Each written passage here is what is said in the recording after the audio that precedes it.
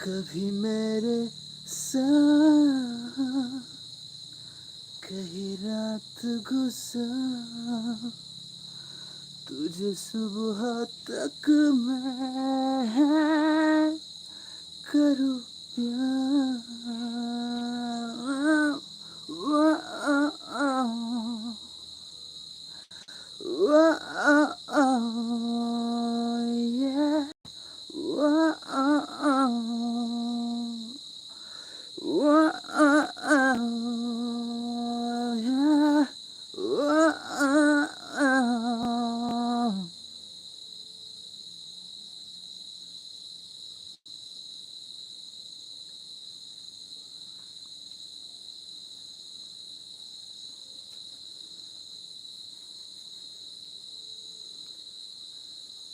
कभी मेरे साथ कहीं रात गुजार तुझे सुबह तक मैं करूँ प्यार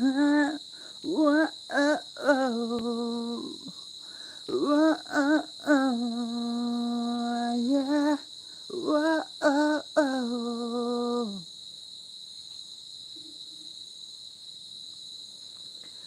भीगी होठ तेरी लंबे बाल तेरा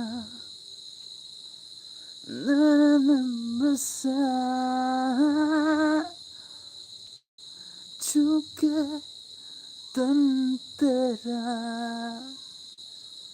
na na na na na na na na na oh oh oh na na na na.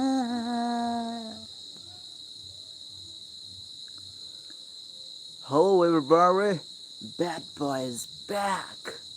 Bad Boy is back now on YouTube Live. Hello everybody. Hey, hello, what's up everybody? What are you doing? What's up, man?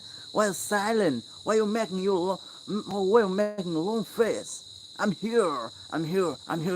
Look at this, a bad boy. Yeah. Oh. Hey everybody. Hello everybody. Hello everybody. Hello.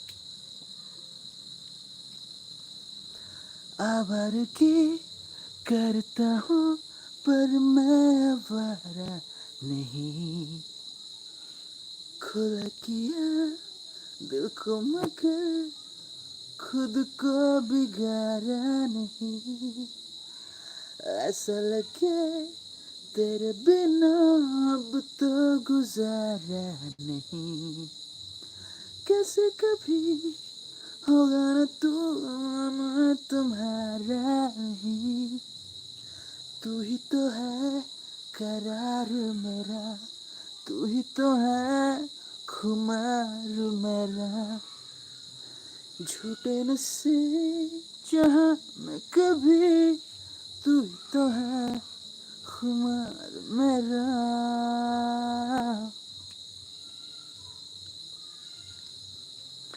Hey ada Juwel Denku Bodo songku Kondo please. Okay bro, okay. And okay, B series. Oh, nice name.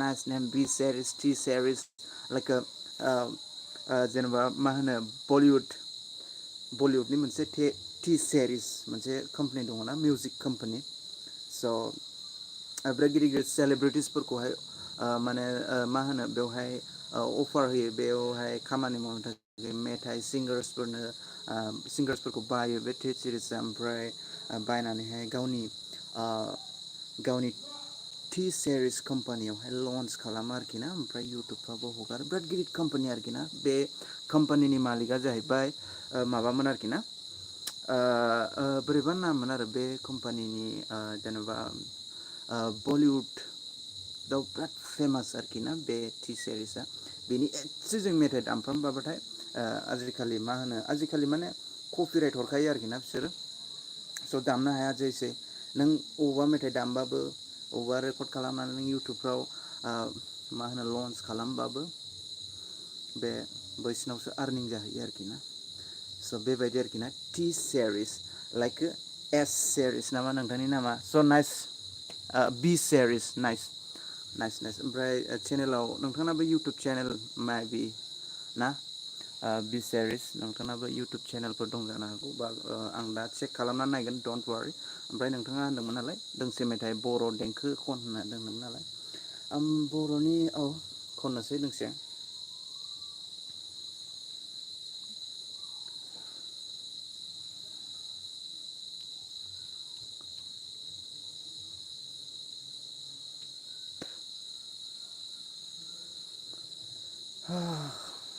मा comment हरदों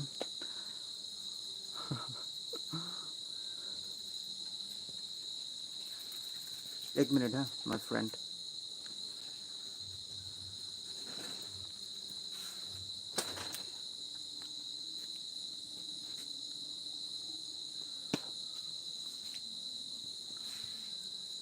yes I'm back bad boy is back so मा होनदोंमोनलाय बि सेरिस दोंसे बर' मेथाइ ना बर' मेथाइ माखौ खनो आं माखौ खनो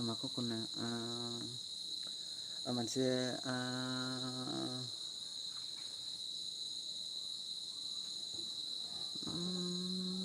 माखौ खनो बर' मेथाइ गिटार थाबासो मेथाइफ्रा मोनसे आरोखि ना नोंनि अनगा गुबुन रावबो गैया आंहा बे संसाराव नोंनिख्रुइ साबसिन रावबो गैया आंनि मेगननि नोजोराव सना नों आंनि नोंखौ लानानै ना ना सना नों आंनि सना नों आंनि नोंनिख्रुइ गुबुन नोंनि लिरिक्सखौनो बावजोब्बायलै मा होनबावनो ना लिरिक्सनि थाखायनो जेरैबायदि मेथाइखौ खननो नागिरो बेफोरबायदि जाला आरोखि ना but it was very interesting song and very enjoyment when I sing this song I really enjoyed myself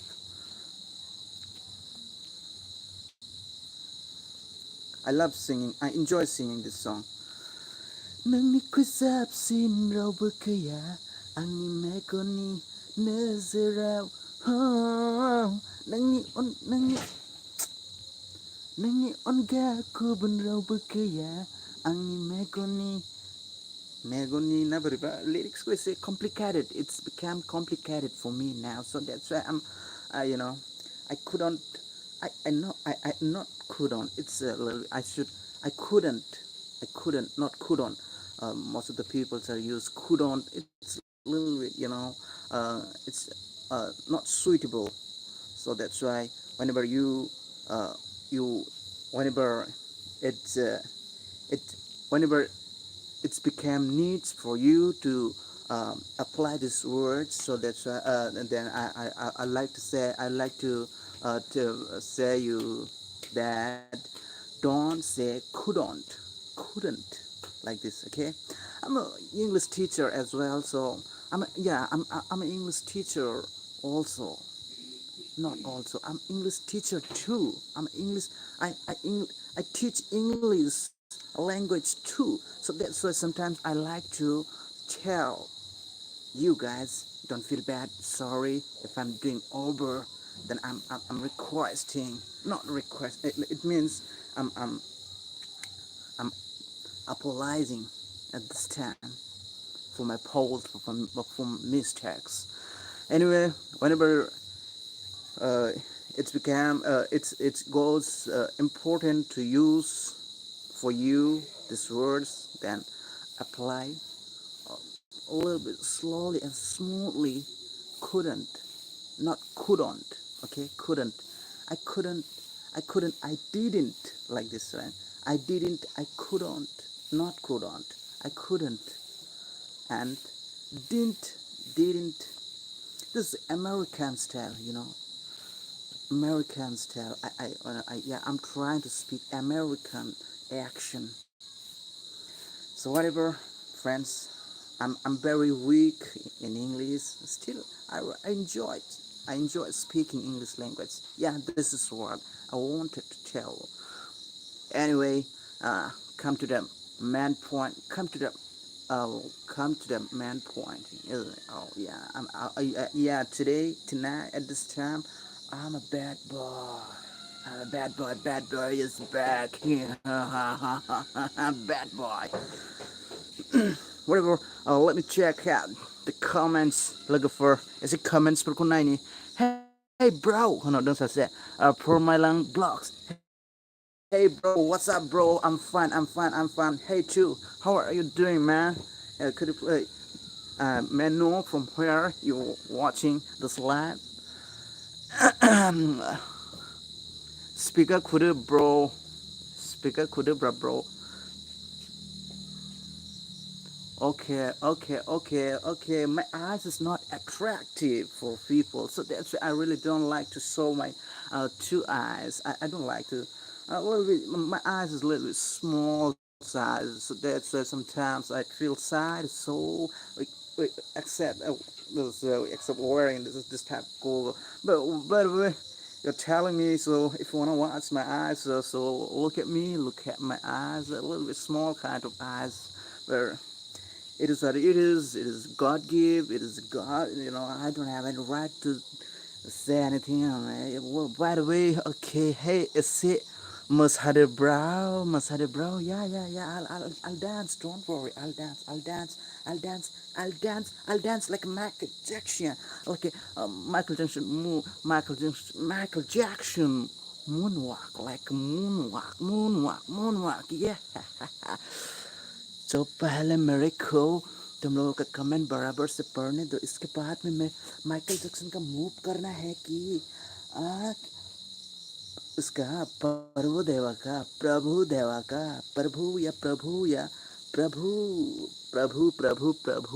प्रभु का भी मैं एक्टिंग करूँगा मतलब डांस स्टेप करूँगा मुक्का मला ला ओके इंग्लिश म्यूजिक को मजा आ रहा yes just wait a minute, okay? Not okay, okay? Just wait a minute, okay? Yeah.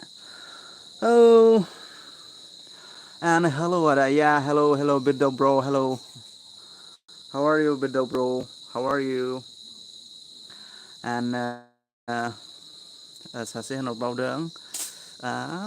who's that for my lang blogs? Oh, hello bro. Speaker kuda nodang SMS ada English. K'Krazaharaव फैबा खबर हरलै मालाबा लोगो हमगोन आं DBC. Okay bro, okay definitely bro, DBC bro नोंथां दे आं क'क्राझाराव थांनायनि सिगां आंखौ मेसेन्जाराव एसे टेक्स्ट हरबानो जाबाय नोंथाङा जुदि आंखौ लोगो हमनो गोसोब्ला ओमफ्राय नोंथाङा नोंथांखौ आं मिथिनो हागोन नामा नोंथाङा क'क्राझार बबेनिफ्राय बुंदों ओमफ्राय नोंथाङा नोंथांनि प्रफेसनेल जब माने आइ डन्ट नो जिखुनु मा होनो हागोन नोंथाङा लोगो हमनो जुदि नोंथाङा आंजों लोगो हमनो गोसोब्ला definitely why not I'm very open-minded person. I'm very open-minded guy. You can meet me whenever you wanna meet me. Okay, bro. So this is what, and now the time is yeah, 6:66. Okay, I'm Kokrazar Nika bro. Okay, very nice bro, very nice. Malah tengah angin live ko hai, angin live ko hai, mana angin live ko naik ni tadi, emperor angko comment kalam ni tadi. Thank you very much, sir. Nangko na friend, nangko jatuh, na whatever. Thank you.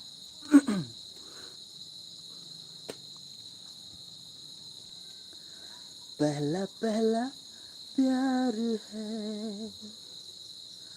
पहला पहला प्यार है जान के भी अनजाने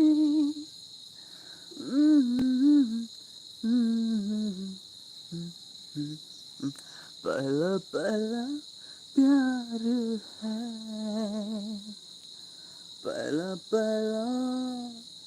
प्यार है। क्या गाना था, उस समय का गाना था ये, मतलब 90s का गाना, मस्त था, romantic. What a lovely song. I really like the song. Sometimes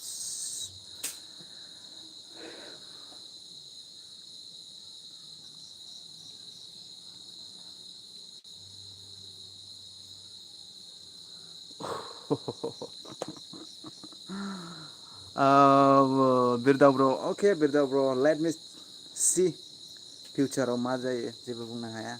Actually, Chinese are looking very beautiful. I really like Chinese are looking very. Chinese girls are very looking sexy and hot. I really like. I really like. I really like. I really like. I really like.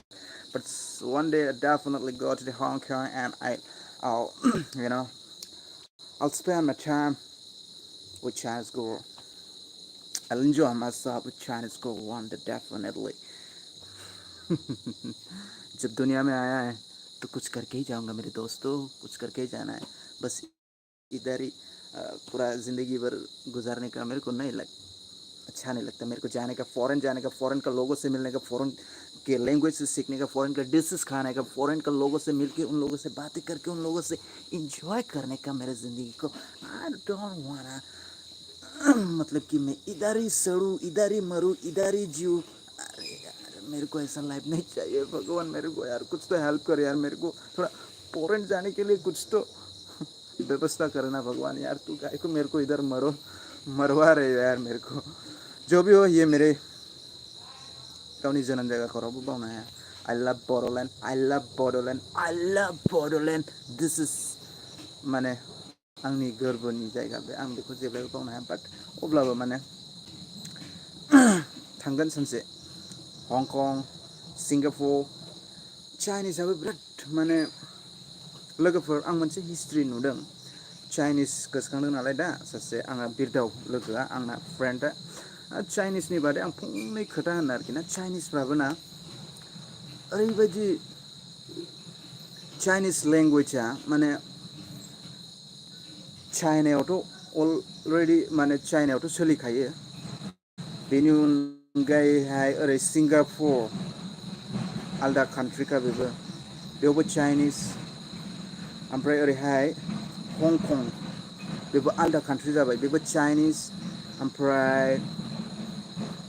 मथा मथि Chinese ओमफ्राय Chinese लेंगुवेजआनो माने 6-7टा कान्ट्रियावहाय Chinese कान्ट्रिसफोर दङ. Chinese कान्ट्रिसफोर आलदा country जाजोब्बाय चाइनिसफ्रानो आरोखि ना. Chinese लेंगुवेजआनो जेरावबो सोलियो. ओमफ्राय मोनसे दा चाइनिसनिफ्राय आरो मोनसे फिसा हादर मोनसे गावनाय दंबावो. मारैबा नाम मोनलाय, आं बे जायगाखौहाय बावलायबाय, बे कान्ट्रिनि नामखौहाय. सोरबाफोर अननानैहाय कमेन्टआव खोन्थाहरलाय जायफोर मिथियो अननानै प्लिज. बे मोनसे चाइना दाबो, ओमफ्राय बेखौहाय एसे माने जेन'बा मा होनो सम सम नोरै खालामनो नागिरो आरोखि ना. स' बे कान्ट्रिनि नामा बोरैबामोनलाय. बेयावबो चाइनिस सोलियो. ओमफ्राय सिंगापुर चाइनिस सोलियो. चाइनिसआथ' चाइनिस सोलिखाबाय. हंकं, बेनिफ्राय ओरै मालয়েशिया बायदिसिनायावबो माने अनेक 6-7टासो कान्ट्रि दं आरोखि ना चाइनिस लेंगुवेज सोलियो आरोखि ना. स' चाइनिस लेंगुवेजआबो जों नङा दे मोनसे चाइनायावल' जे चाइनिस लेंगुवेज रायलायो नङा आरोखि ना. चाइनिस लेंगुवेजआबो बिराद माने बिराद एसे लेभेलनि आरोखि ना. बिसोरो आमेरिकान मानसिफ्रानो चाइनिस सोलोंगासिनो. सोरबा इउटुबफ्राव नायबा नुगोन नोंथांमोना. जिखुनु खोथायाव खोथा ओंखारबाय आरोखि ना चाइनिस होननायजों लोगोसे. बाट आं थांनो गोसो, हंकंआव थांनो गोसो.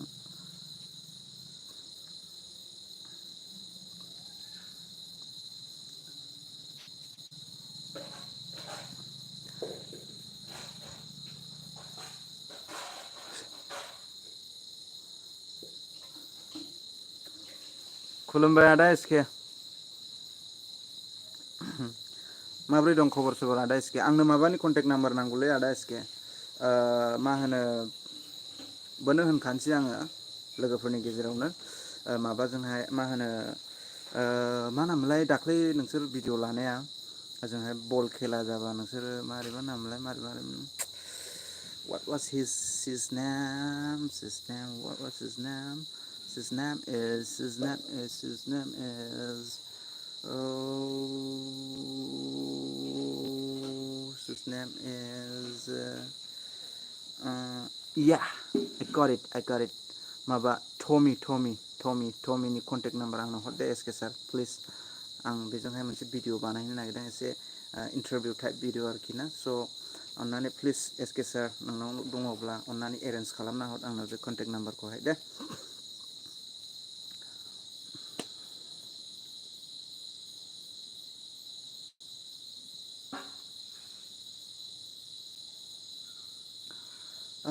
बिरदा ब्र'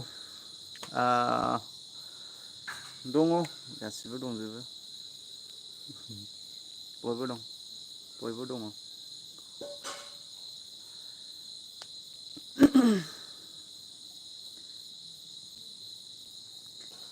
एक खोया खोया चांद था जो था खफा खफा एक आंधी आंधी आस तुम्हें जो पूरी हो गई तुम मिल गए तो जाने क्यों ये दूरी हो गई जिया के ना तेरे बिना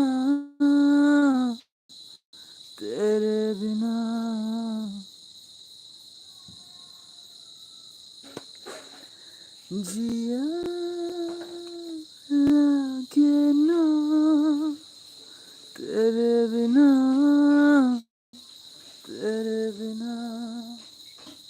वो आधे अधूरे इस दास्तां में कैसे कोई रंग आए एसे हाई जाबायलै जेबो इन्सट्रुमेन्टफोर गैयाबा बांद्राय इन्टारेस्टिं मोना मेथाइ खननो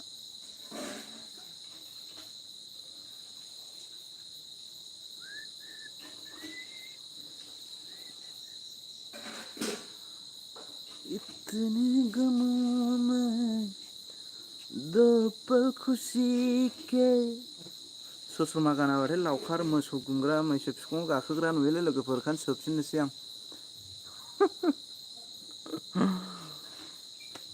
Okay, thank you, bro. Bodo, bro, thank you so much.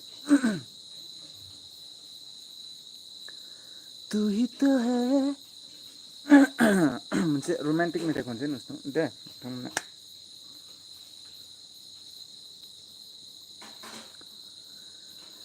तू ही तो है करार मेरा तू ही तो है खुमार मेरा झूठे नशे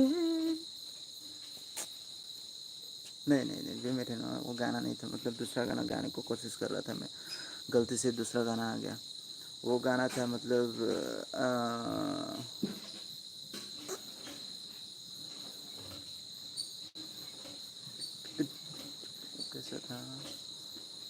कैसा गाना था वो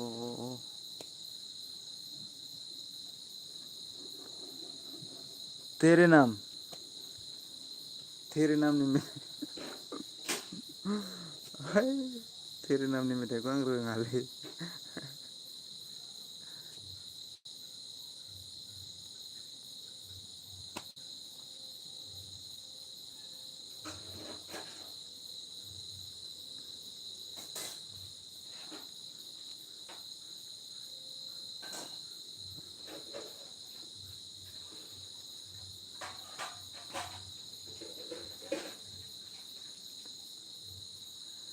जाने न कहा वो दुनिया है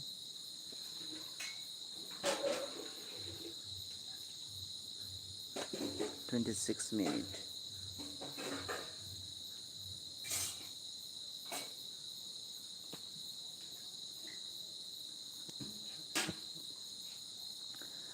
बिरदा ब्र नों बबेनिमोनलाय रा बिरदा ब्र अन्नानै प्लिज खोन्थाहरनो हागोन नामा नोंसिना मा गामिमोनलाय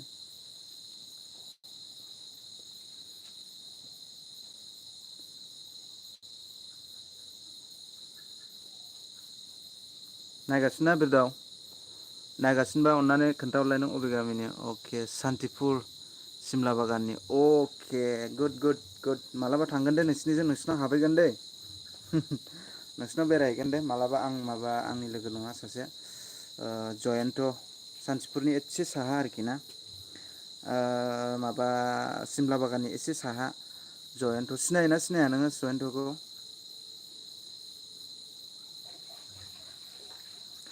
ओमफ्राय नोंसिनि साहा मोनसे पिकनिक स्पट अपेनिं खालामनो नागिरदों होनलाय बिरदाव ब्र' गेमस्रि फैयोलायनो अपेनिं खालामनो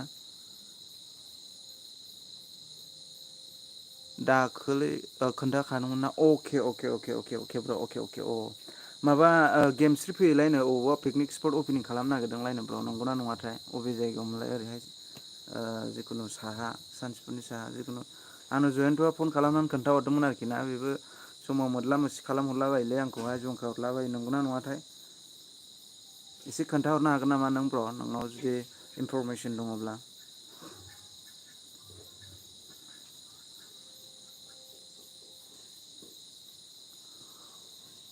नङालै अके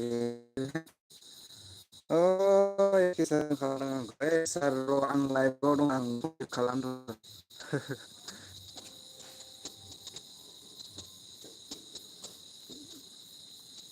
ओरैहाय माबानि मा होनो माबानि पिकनिक स्पटआ खुलिगोन ना खुलिया देग्लाय आइपुवालिनि पिकनिक स्पटआ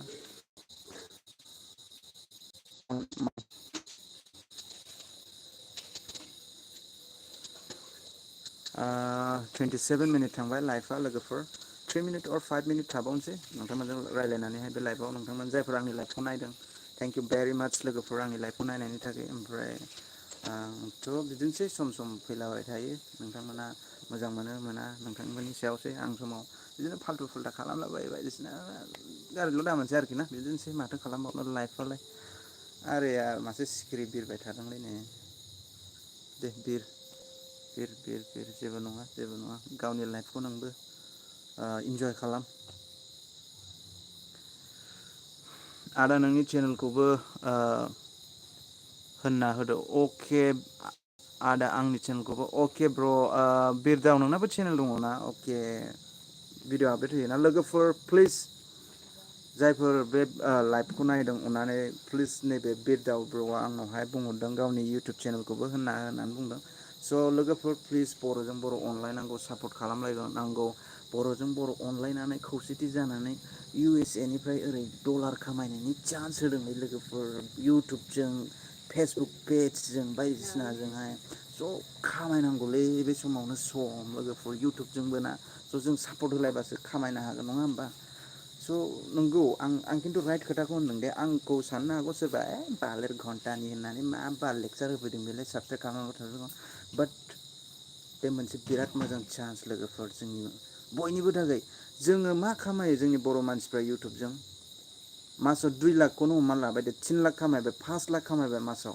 सोरबाफोर जेनेबा सोरबाफोर बिराद जेन टपावनो 5 लाखनि उपरतरावबो खामाया आंथ' खामायागोन जोंनि बर'फोरनि गेजेराव बाट दस्राफ्रा खामायगासिनो करल करल थाखा इउटुबजों सापर्ट होलायनायनि गेजेरजों सापर्ट लालायनायनि गेजेरजों दस्रा स्टेटफ्राव मुम्बाइफोरनि जेन'बा इउटुबार्सफ्रा बिसिबां करल करल थाखा मासावनो बे टि सिरिस कम्पानिफ्रा मासावनो करल थाखा खामायो टि सिरिसफोरनि बे इउटुब चेनेलफोर दङ बिसोरनाबो टि सिरिसनो बायदिसिनानो बायदि बायदिनो एक्टर एक्ट्रिसफोरनि बायदिसिना बे कमेडि नाइट्स कपिलमोननि बे भिडिअ मोनसे चेनेल दं बिसोरबो हगारो सनि टिभि बायदिसिना इउटुबावहाय करल करल थाखा खामायो लोगोफोर बिसोरबो जोंबोथ' जोंनि बर'जों बर' सापर्ट खालामलायनानै करल करल थाखा खामायनो हायोब्रा करल करल थाखाया नोंनाव थागोन आंनाव थागोन जोंबो गावजों गाव खामानि मोनसे मोनलायनायनि चान्सेस थायो नोंनाव थाखा एभेलेबेल थाबासो नों गुबुन सोरखौबा खामानि होनो हागोन एजेन्ट देट ब्र' खिन्थु आं राइट खोथाखौ होनदों सोरनिबानि थाखाय आंनि खोथाया बास जानो हागौ आरोखि ना बाट होमबाबो आं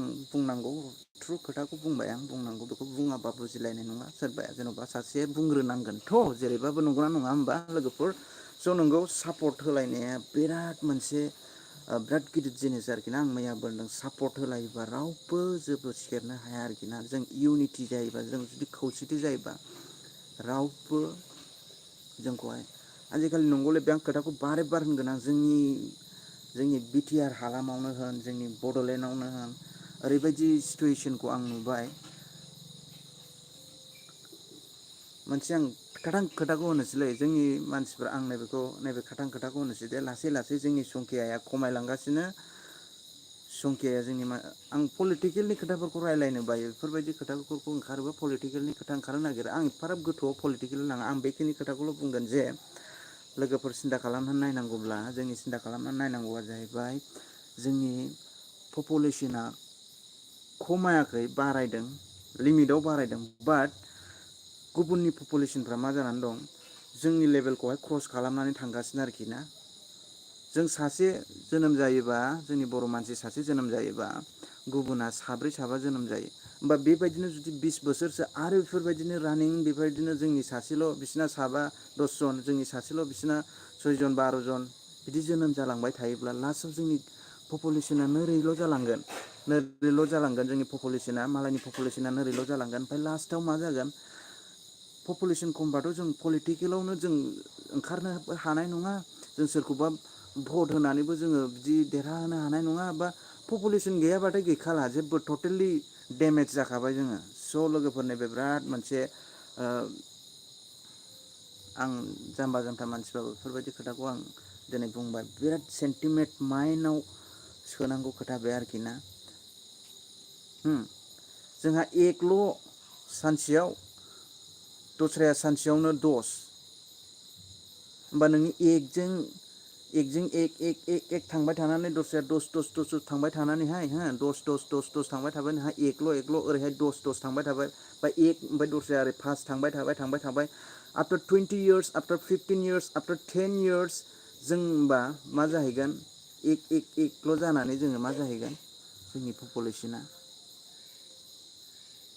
लोगोफोर कमेन्ट हरलाय आं खोथाखौ आं नंखाय होनदोंना आं राइट खोथा होनदोंना आं रं खोथा होनदों लोगोफोर स' नैबे बिराद साननो गोनां खोथासै आरोखि ना दा नैबे जागासिनो बेखायनो जों दा जेबो माबा जोंफोर जेबो माबायानो गैला दा जोंनि जायगायावनो जोंथ' भेलुआनो गैला जोंनि जायगायावनो बेफोरबायदि जानानै जाबोगासिनो बोथोरफ्रा आफ्टार 10 years आफ्टार 30 years होमबाथ' बेफोरबायदिनो थांबाय थायोबाथ' रिजाल्टआ मा नोंथांमोना केलकुलेसन खालामनानै लगे मोनखाबाय नंगौना नङा इट्स ए भेरि इम्परटेन्ट थिं लोगोफोर ओंखायनो इउनिटि होननाया बिराद जोंनि थाखाय बिराद गोनां खोथा जाबाय जों इउनिटि गैयैनि थाखायनो जोंखौहाय मानसिफ्रा जेरैथिंबो चान्सेस मोनसै आरोखि ना जेरैथिंबो माने जों ओरै नांलायबाय थानोसै जोंना मेगनफ्रा खालि जों गावजों गाव नांलायनायावल' थानोसै ओरैहाय दस्रा साइडजों जोंखौहाय एटेक खालामनायनि बिराद चान्सेस थायो आरोना स' लोगोफोर जेब्लायबो जों अनलायनांसिगौ बर'जों बर' अनलायनाय बर'जों बर' गनायलायनाय अके आम सरि ब्रादार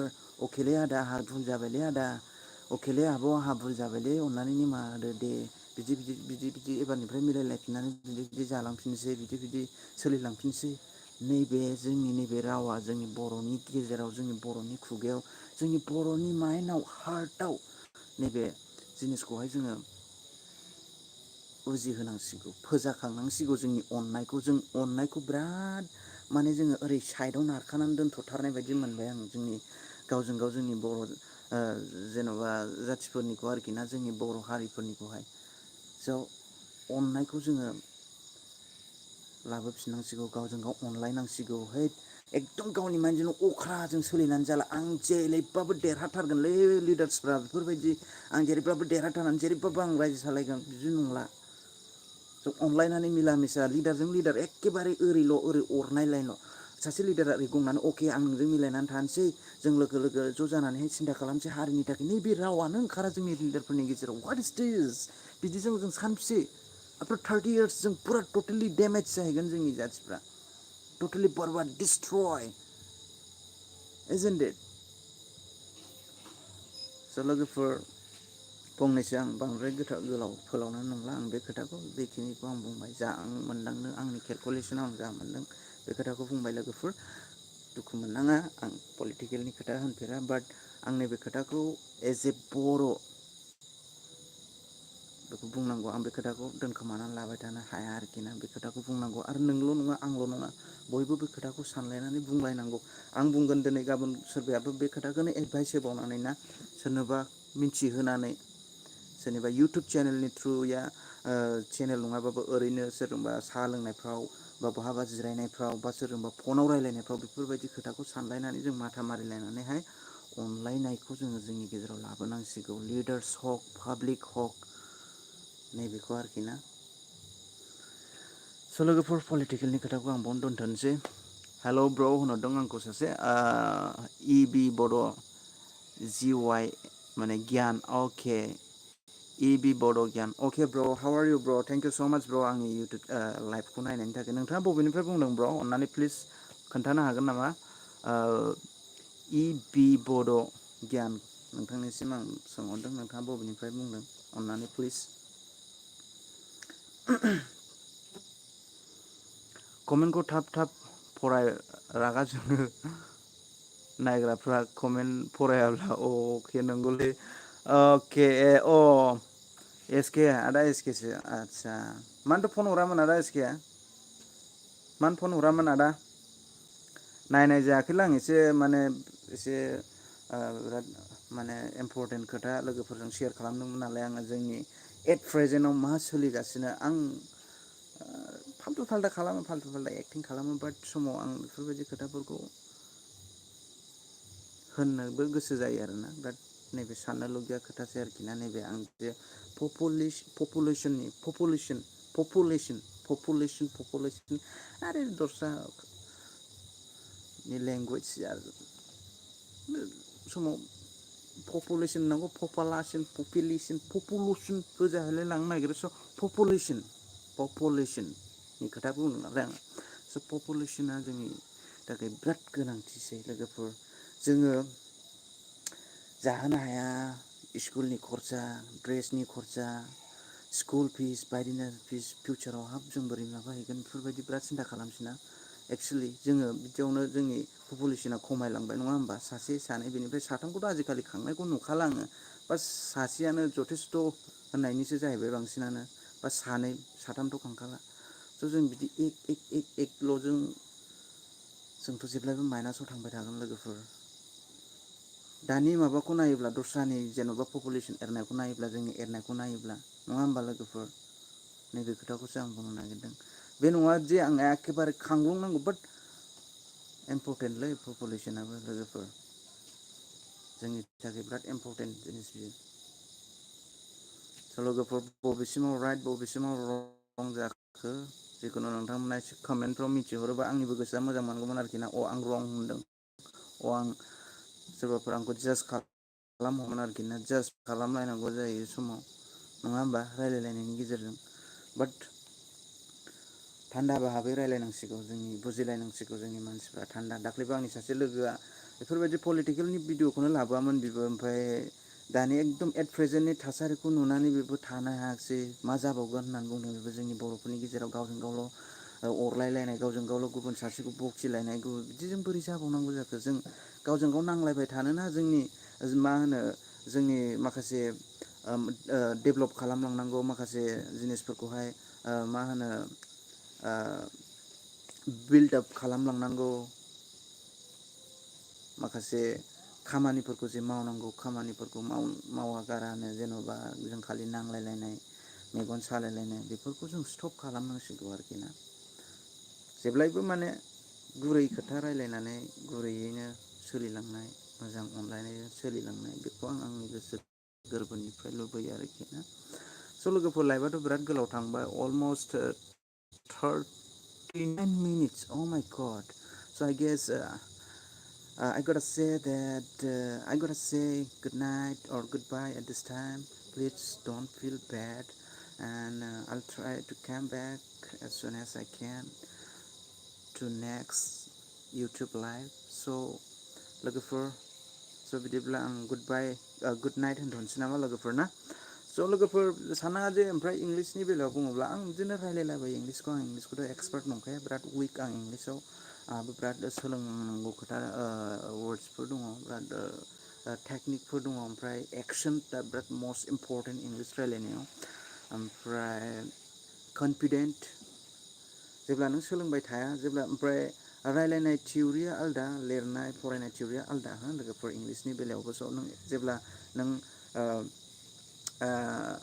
फरायबायल' थालांगोन ओमफ्राय लिरबायल' थालांगोन most important फरायनाय लिरनायाबो most important लिरनायाबो बिराद important thing but speaking theoryआबो most important thing नों जेब्ला बुंबाय थालांनाय नङा रायलायबाय थालांनाय नङा बे जिनिसखौ बे माने जाम जालांनो नागिरो आरोखि ना स' रायलायबाय थानांगौ हागौ होनजासै ना लोगोफोर गिनो नङा मालायनि लेंगुवेजथ' जोंथ' प्रपारलि हाखाया बोरै जोंथ' जोनोमनिफ्रायनो सोलोंनानै फैखायाखै नालाय बेखौ गेजेर ससेनिफ्राय सोलोंनाय बा सोलोंनांगौ सोलोंनायाव जेबो नङा रावबो माबाफोर मानसिफोरनि माबा माबि बुंनायालाय बे मानसिफोरनि खामानिखा नोंखौ नों माबा मोनसे जिनिसखौ जुदि एचिभ खालामनो नागिरो डेफिनेटलि माने माबा मोनसे नोंखौहाय माबानो बिदि बुंनायालाय ओंखारखागोन स' बेखौ जेबो साननो नाङा आरोखि ना स' लोगोफोर बेखिनियानोसै अनेक खोथा रायलायबाय फाल्थु फाल्थाबो खालामबाय माखासे खोथाबो रायलायबाय स' थेंक इउ स' माच लोगोफोर आंनि लाइफआव आंजों जइन जाफानायनि थाखाय आंनि खोथाखौ खोनासंनायनि थाखाय आंनि लाइभ भिडिअखौ नायनायनि थाखाय स' लोगोफोर